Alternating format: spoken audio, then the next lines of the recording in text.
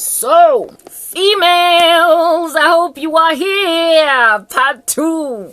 Killing it OJ in the streets, so not taking any prisoners. Please, relax, sister. Relax. Give yourself patience. Do it or else you won't be handled, sir. Anyway, let's communicate. If you were me in part 1, good. I don't have to recap. But if you weren't, please go check out previous parts so you can gauge your bearings. That we might be on one little same plane concerning what's going on. In the previous part, I spoke about how it is that women, you can absolutely dream on about ever conquering me. And you need to overcome whatever jealousy, issues, or competitiveness, spite that you might have against me, because I'm your best shot now at surviving what's coming to you.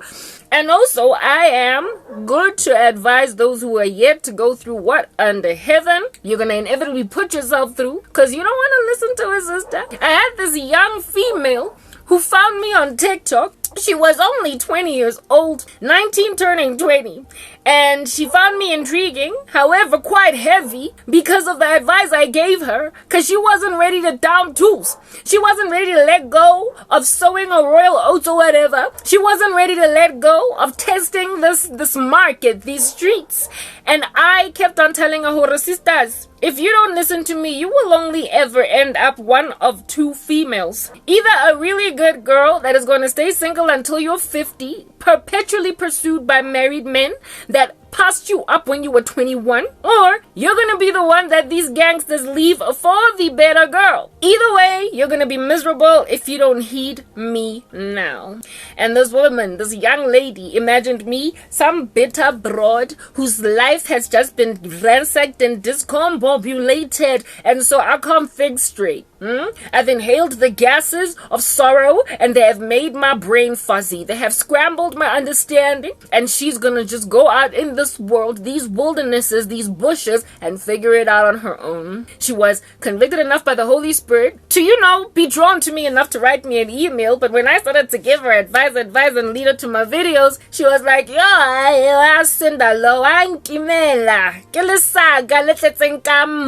she's a sandbag and she's too heavy. And so she stopped writing me. She stopped replying to my emails. I was like, you know what, little bird? Go on, try and fly when your wings have been clipped. All I can do is give you advice. You can take a horse to the water, but you can't make it drink. So, young ladies, as for older girls, there is no way to get out of your pain but for taking my advice. Because what you can only experience now as an older woman is healing. Not so much a restored or a recovered or a fresh start or a begin from the beginning. You are not going to get that. You need to understand it. Right now, as an older woman that's made these mistakes, you just gotta seek the Lord's face for ugupola, hofola. Moving on, basically being given a strength by Jesus to move on. That's what you need to gun for as an older lady. But as a younger woman, you can actually get that Jovan start. And when I say young, allow me to define youth right now. Youth is not even so much chronological like you're 21 or 22. It is experience. It is what you've done. It is what you've already settled for. You're older if you've already kind of married a deadbeat, but you're younger if you are yet to make this mistake. So you could qualify as an older woman at only the age of 25 because you is already in a marriage with some fool trying to leave you for a better girl. Why? Because you chose to be a savage. Anyway, righto. So basically I qualify as young. Why? Because I dodged the bullet. And thank God they blew it. Thank God I dodged the bullet. So over you, baby, good looking out. Yeah, no, Mara, these people whose bullet I dodged, they're still trying to come back. So I'm always wearing that bulletproof vest now. And I'm like, boy, booty, let's talk. Out of all of you, who exactly am I gonna choose, seeing as you're trying to come back? Eh? Seeing as you're trying to come back like proper. Why under heaven are you making like a flu sword try to come back? Why?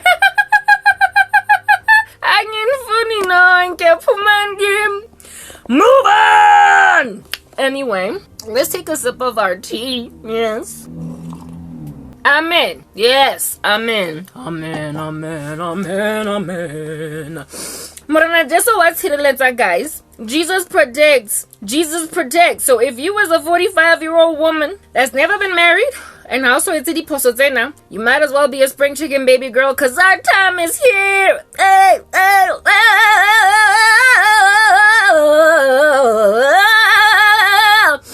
So I'm not being ageist here. I'm not saying that you are young when you're 20. You are young when you have dodged these bullets, because proper laban lababaya cookies. Anyway, let's get to the point. All right, I did say that in the previous part I was speaking. I highlighted that there is like this issue, and now the tables are beginning to turn, and I'm feeling the sorrow that basically is a reverse kind of sorrow from the sorrow that I felt in the beginning.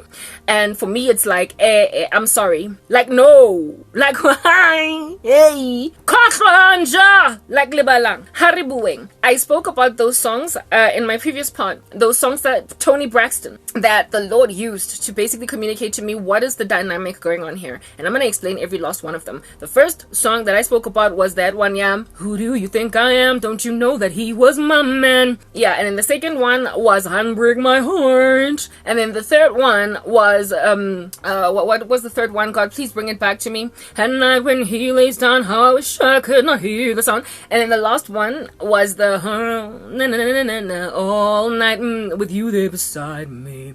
Alrighty, yeah, imagine Tony Braxton being in two different frames of minds, basically living in two different dimensions. The one Tony Braxton is the pursued, but the other Tony Braxton is the left, the bereaved, the bereft, the abandoned. She literally qualifies as both these women. Her songs have been used by God to communicate to me basically the hard cry, the plight of two groups of women. One of them is the pursued, one of them is the abandoned, and I'm trying to rescue both. I am also trying to rescue the woman that is in the middle, basically facing a future of currently being ignored, only to in the future end up just like lambasted by pestilent men that will not stop. They won't down tools again because they have loved sorcery. We're gonna unravel this, unpack it until it's nice and packed, okay? Like a take-a-lot package. Point. Let's get to it. Alrighty. First song. What is this? What was it going to get? Who do you think I am? Don't you know that he was my man? If you go and look at that music video, and if you also go and perhaps read those lyrics, you will know that the song is basically about a wife, right? A woman who married the ex-boyfriend of another woman. And because she basically got the ring, she's boastful, she's proud, she's a little pikako.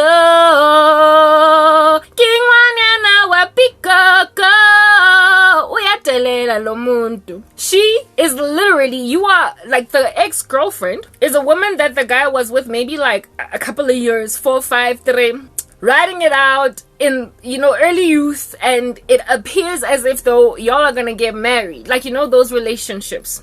You date a guy, you're 22, he's 26, and y'all date for so long that every basically family members know each other, and it is expected that one day one day there's going to be dowry paid, bridal price, and this thing is gonna end up in marriage inevitably. Like, everybody expects that this is going to end up in marriage, and then it doesn't, and the person that leaves this union is the female in question, not the guy. But the reason why the female even leaves the dude that she was once upon a time prepared to accept the marriage proposal of is because it's because this guy was annoying. It's because he just did not, add up. He didn't make sense. He was a little baby. He wouldn't grow up. He was immature. He used to hurt her. He also, let's just put it out there, wasted time.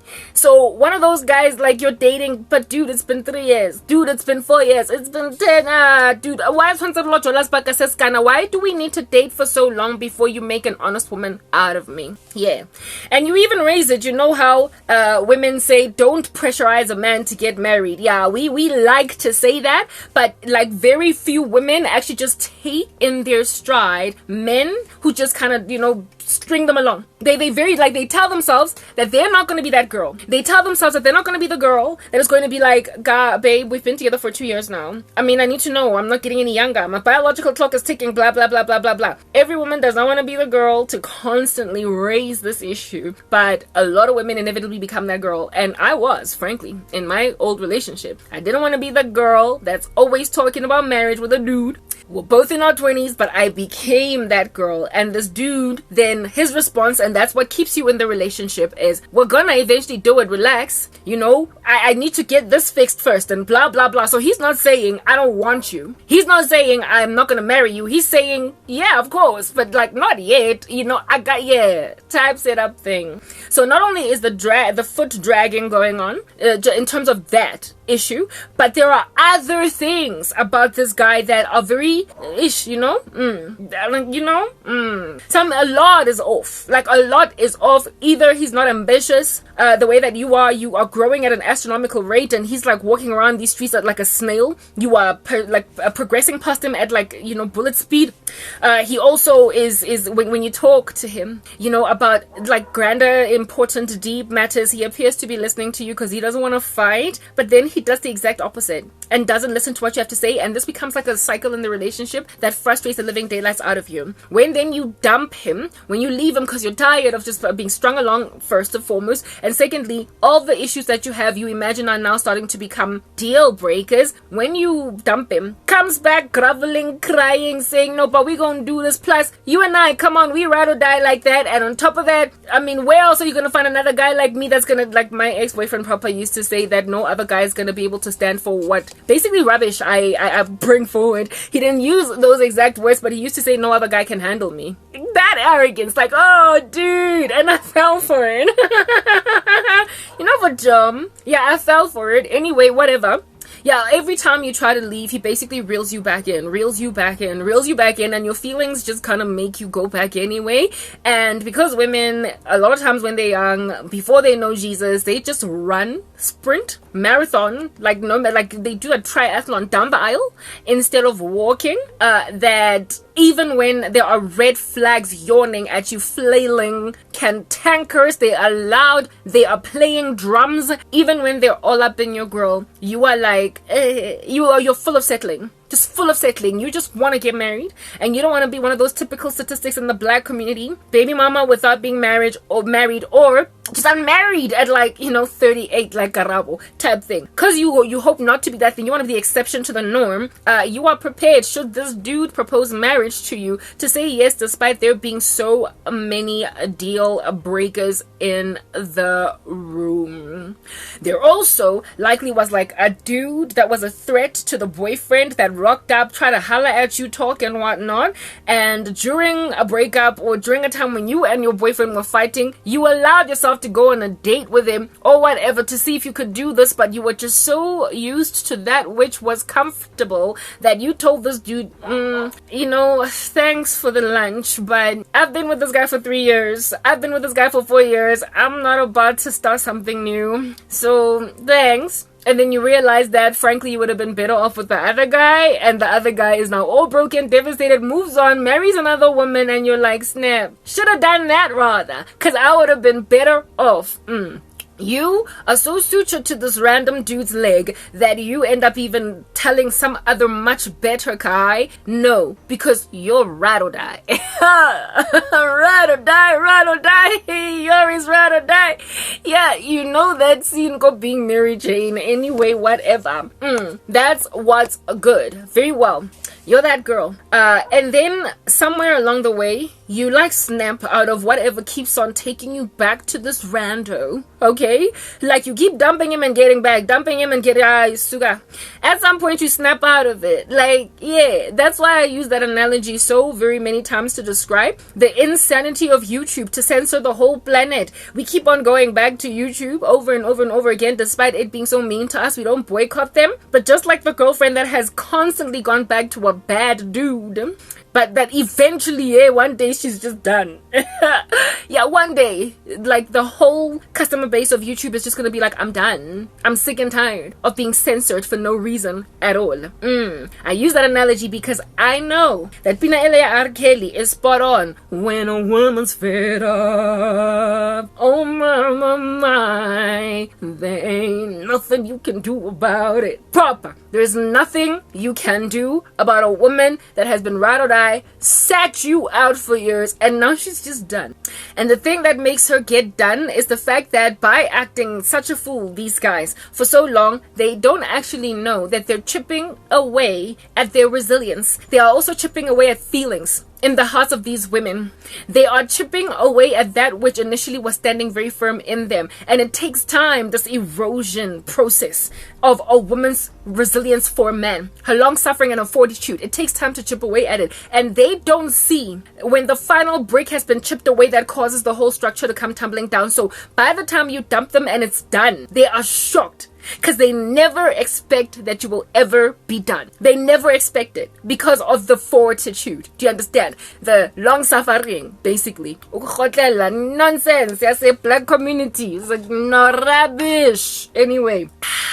Okay, cool.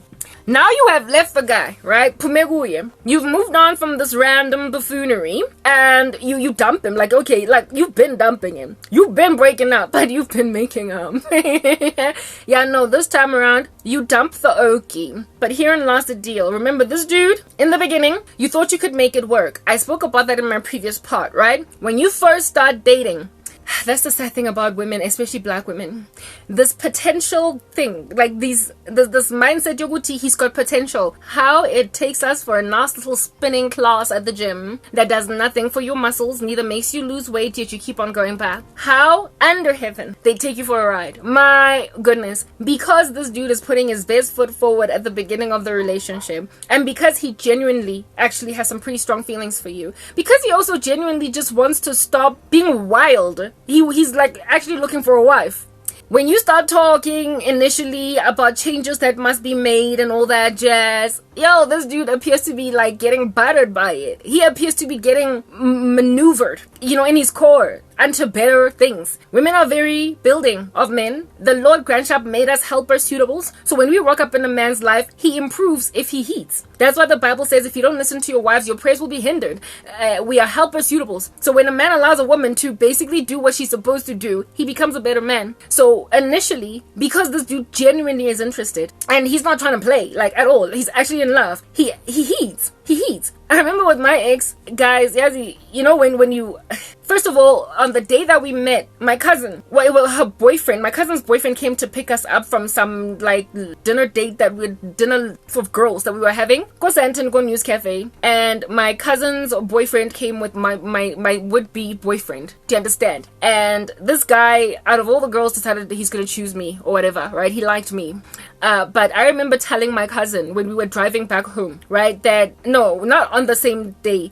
I spoke with this guy. He ended up sitting in the back seat because my cousin was Medi. She was sitting in the front seat, so I was sitting with him in the back, right? And we had like a brief conversation or whatever. My cousin the next day then calls me. He's like, yo, girl, my man's boy is feeling you. He's got hearts in his eyes for you. And I said to my cousin, I can't, because something about him is just offish. He's giving off criminal vibes. Like, I proper said that to my cousin. I was like, something about him is kind of ginsery.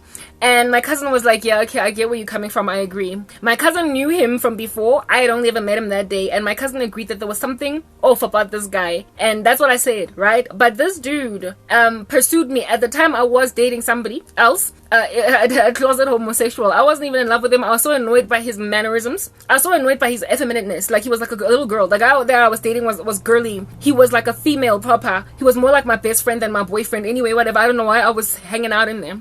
So I first told when this guy, then after, like, they were to and froing with my cousin concerning me, I was like, no, I'm not interested in him. At the time, I had lost my cell phone device and I did not yet get a new one. And this guy wanted my number. My would-become boyfriend wanted my number, and my cousin told him she doesn't have a phone right now, right? She's in between phones, basically. And this guy told my cousin, tell her I'll buy a phone just so I can contact her. I'm prepared to do whatever it takes for her. And my cousin, of course, came back and gave me the message, and I found that so chivalrous. I found it very... I was it sparked something in me. Something I was like, oh, really? This guy wants to buy me a phone so he can call me? I didn't allow him to buy me a phone because really, frankly, I didn't want to tie myself to him. And I also told my cousin, after my cousin told me that this dude wants to buy me a phone just so he can holla at his sister, I then told her, besides, I've got a boyfriend. You know, I'm not going to just dump my current boyfriend for this dude. Even though I wasn't in love with this other guy, he was like a little girl. I was dating a chick, for crying out loud. Like, he was so effeminate. He could have been so measy. Anyway, whatever. Right? And I knew that was not going to last. It wasn't. Well, I never left Somizi. Somizi, I think he was trying to prove that he's not a closet homosexual by impregnating some other girl. One day I got a phone call from some female telling me that, let's say his name was Jababi. I was like, because probably he was like a Barbie. I was like, he's like, Jababi's my man. And on top of that, I'm pregnant with his baby. Jababi had left his phone with me by mistake. Go ahead, so, after one day of visiting me. And I answered one of the calls that came through. And this chick was like, where's my man? I was like, I twitched and I glitched. And when then she told me she was pregnant, I was like, I just looked at this phone. I was like, you can have him. You can have Jababi.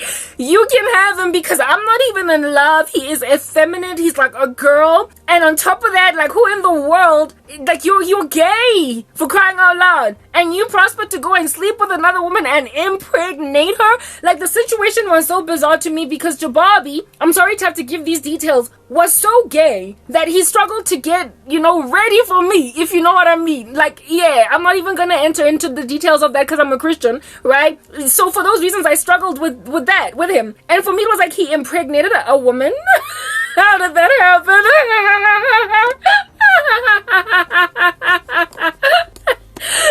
I was upset, I was annoyed, but I wasn't too heartbroken because I wasn't in love with him. He was too much of a female for my liking, and so I was like, the guy prospered to hit a home run in there with you in a way that he struggles with me, so clearly you can make a gay man straight.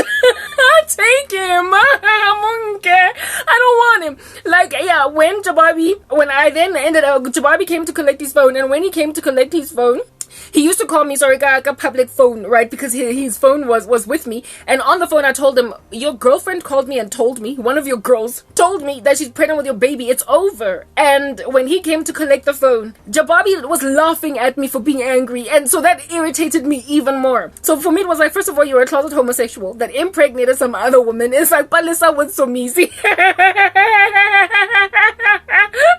was like, get out of my life. I was like, get the stepping on out of my life, Jababi. And he just laughed at me as he walked away. And then he decided to afflict the living daylights out of me years later with Witchcraft. Like, yeah. I'm like, dude, you're gay. Why are you even trying to win a woman back? Ole gay. Like, yeah, proper. Anyway, whatever. So, after Jababi did that, after that stunt, I got Jababi, I was now single. And at that stage, because this dude had kind of, gotten to my heartstrings, by basically telling my cousin he'll buy me a phone just to holler at me. I thought it was romantic. I was like, hey, you can give that guy my number finally. It's fine. We can talk, right? I ignored the gut feeling that I had about him because I just found whatever under heaven it is that he was. I found his aggression and trying to get with me kind of attractive. Anyway, whatever. So I was like, fine, I'll go on one date with him, whatever. And the rest was history.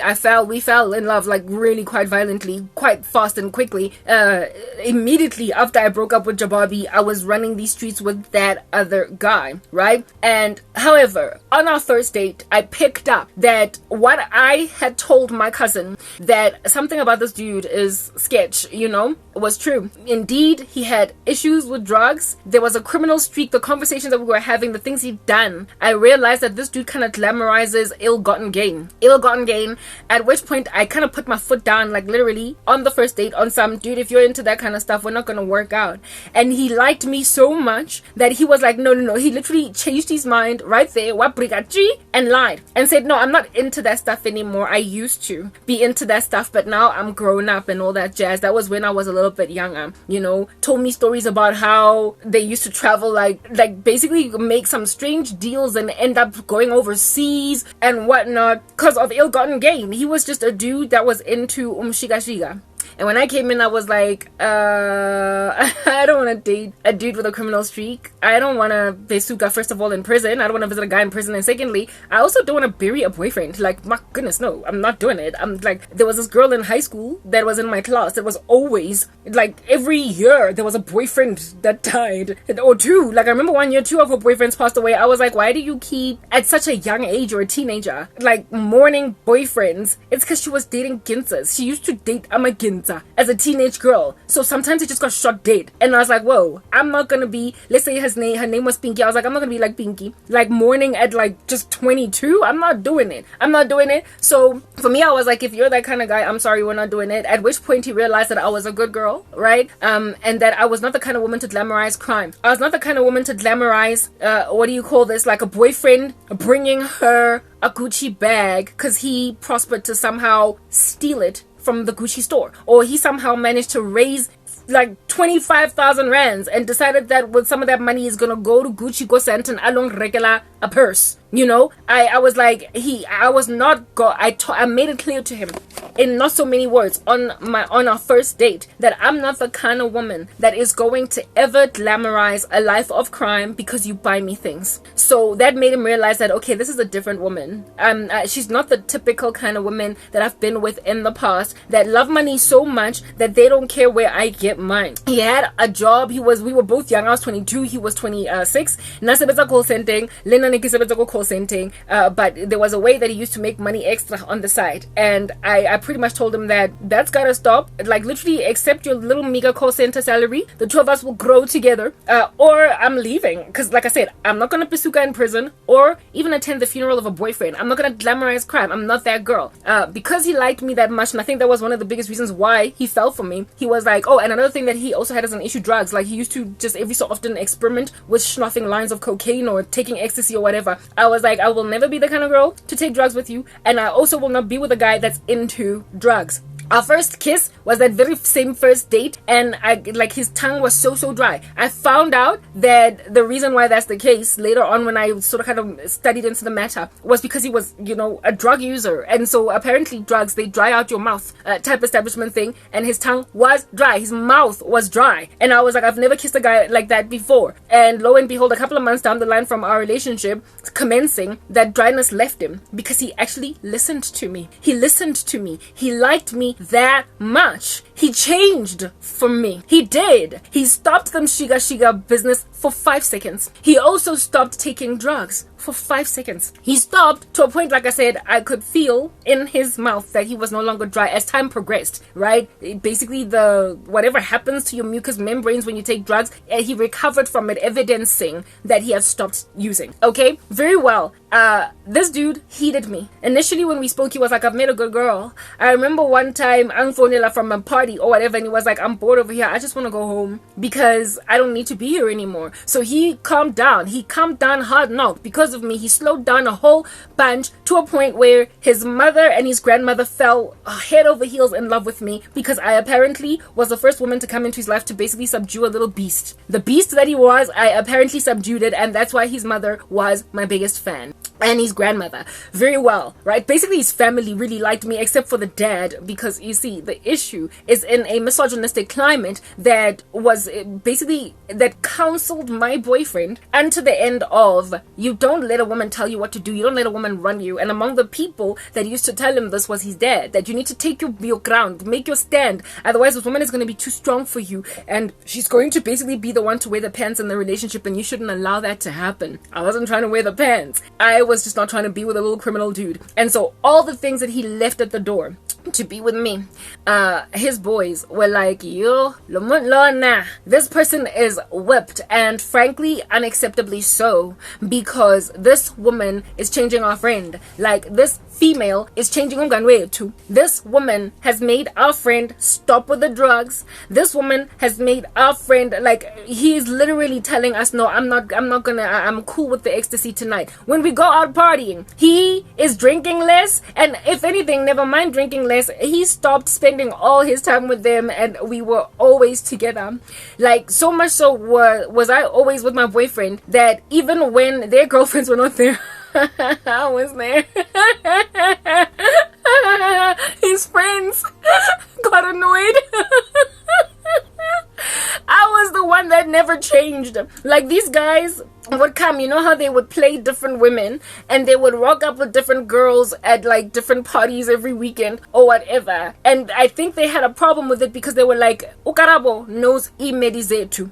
And when we decide to go to Yobamba, different women, Karabo's there. What if she ends up telling our medis, our main girls basically, that I got close with? I became friends with the main chicks, right? What if she ends up telling them that Mina Mingmambe, some other girl, because I saw so many of their side chicks, because I was always with my boyfriend. Like, he never changed it up, whereas they were always switching it up. A storm that I believe they developed qualms with him, and it was like, guys, our honeymoon phase lasted 6 months, and that's like I always say that my boyfriend, my ex, and I were supposed to break up after 6 months of dating, and that our relationship lasted 4.5 years, much too long, because it was at the 6-month mark when honeymoon fell out the window. Indeed, something in his life that was very sad happened that contributed to basically his downward spiral. But he was already starting to change on me even before that thing, because his boys, I remember, like, he used to work close to me where I used to work, right? We used to work both in downtown Joburg, in Braamfontein,